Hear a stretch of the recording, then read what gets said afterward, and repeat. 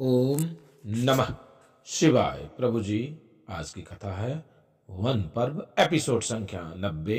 अभी तक आपने सुना नल का रूप बदलना तथा भीमक के द्वारा नल दमयंती को ढूंढना। अब कथा आगे।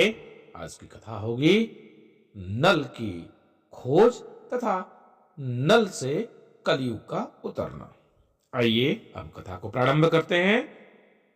बृहस्पति जी कहते हैं, युधिष्ठिर, अपने पिता के घर एक दिन विश्राम करके दमयंती ने अपनी माता से कहा कि माता जी, मैं आपसे सत्य कहते हूं, यदि आप मुझे जीवित रखना चाहती हैं तो आप मेरे पति देव को ढूंढवाने का उद्योग कीजिए। राजा ने अपने आश्रित ब्राह्मणों को बुलवाया और नल को ढूंढने के लिए उन्हें नियुक्त कर दिया।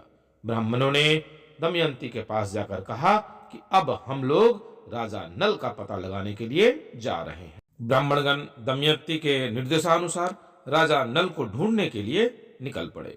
बहुत दिनों तक ढूंढने खोजने के बाद प्रणाद नामक ब्राह्मण ने महल में आकर दमयंती से कहा, राजकुमारी, मैं आपके निर्देशानुसार निषद नरेश नल का पता लगाता हुआ अयोध्या जा पहुंचा। वहां मैंने बाहुक नामक सारथी, जो कि असल में राजा नल थे, से मिला।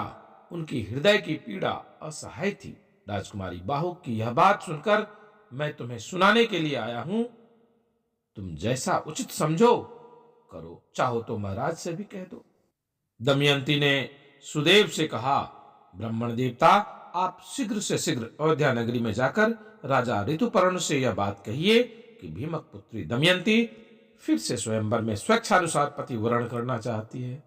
बड़े बड़े राजा और राजकुमार जा रहे हैं। स्वयंवर की तिथि कल ही है, इसीलिए यदि आप पहुंच सके तो वहां जाइए।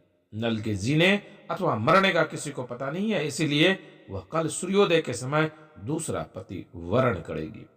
दमयंती की बात सुनकर सुदेव अयोध्या गए और उन्होंने राजा ऋतुपर्ण से सब बातें कह दी। तब राजा ऋतुपर्ण ने सुदेव ब्राह्मण की बात सुनकर बाहुक को बुलाया और मधुर वाणी से समझाकर कहा कि बाहुक, कल दमयंती का स्वयंवर है। मैं एक ही दिन में विदर्भ देश में पहुंचना चाहता हूं। तब नल ने अच्छी जाति के 4 शीघ्रगामी घोड़े रथ में जोत दिए।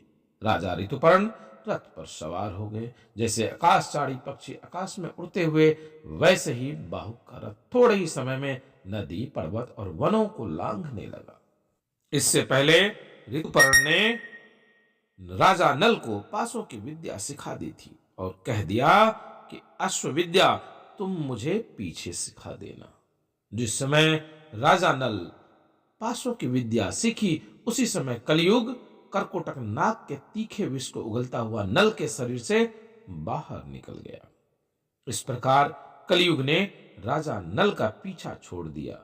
उन्होंने अपने रथ को जोर से हांका और सायंकाल होते होते विदर्भ देश में जा पहुंचे। ऋतुपर्ण के रथ की झंकार से दिशाएं गूंज उठी। दमयंती कहने लगी कि इस रथ की घरघराहट मेरे चित्त में उल्लास पैदा करती है। अवश्य ही इसको हाँकने वाला मेरे पति देव है।